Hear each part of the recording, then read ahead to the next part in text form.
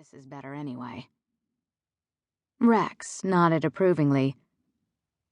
We'll be aware and make sure all our hunters are extra wary. As for the rest, I take it, given this level of secrecy, you haven't disclosed to anyone else at HC that you're in town? Other than you two, I don't know who all to trust at this point. The schism at Hunter Corporation was destructive for more than one reason. She and the other field hunters put their lives on the line every day. They did so trusting their colleagues within Hunter Corp would safeguard them to the best of their ability, to have their back. Finding out Roth and his little buddies had been responsible for the multiple attacks on hers and David's lives had been enough of a blow. Not knowing who else was part of this group, aside from a few key players she'd always trust, still sent Rowan reeling. Rowan lifted a shoulder. When I'm done gathering all the evidence and ammunition I need, everyone will know I'm in town. Tell me what's going on at the Mother House. Things are chaotic right now. They didn't expect you to do the job in Venice and kill Ennio. Hilary Sams has stepped out of the shadows at this point as one of Roth's little band. She and Roth threw so many things in your way, so openly. In front of others who don't need further convincing, Hunter Corp has a big problem. Sides are being declared.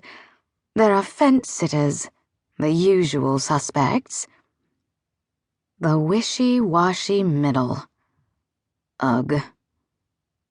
Mostly, though, hunters are aligning themselves for what we all know is an inevitable schism. I know you're feeling stung right now, and you should be. The betrayal, not just to all hunters, but you specifically, is terrible. I wish I could save you that.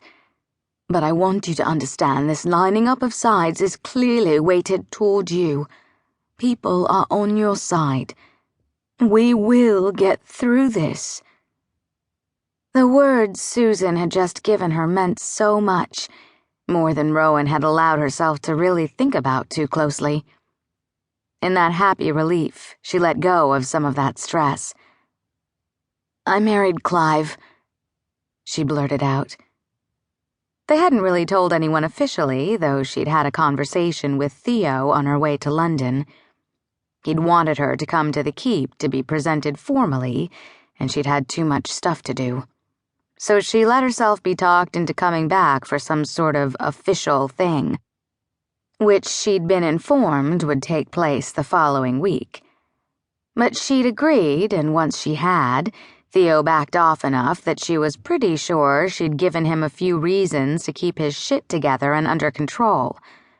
A party to plan would give him something to concentrate on, help him get his discipline built up to lead them through a time of crisis. Rowan needed him better, too. There was too much to carry.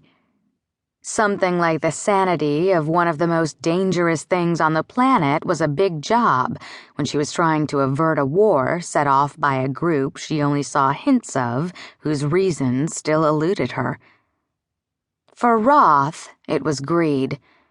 But whoever was truly behind the scenes had something bigger than a corner office in mind. Each new thing Rowan uncovered convinced her more that this plan had been in place for some time. Rex cleared his throat, bringing her out of her thoughts.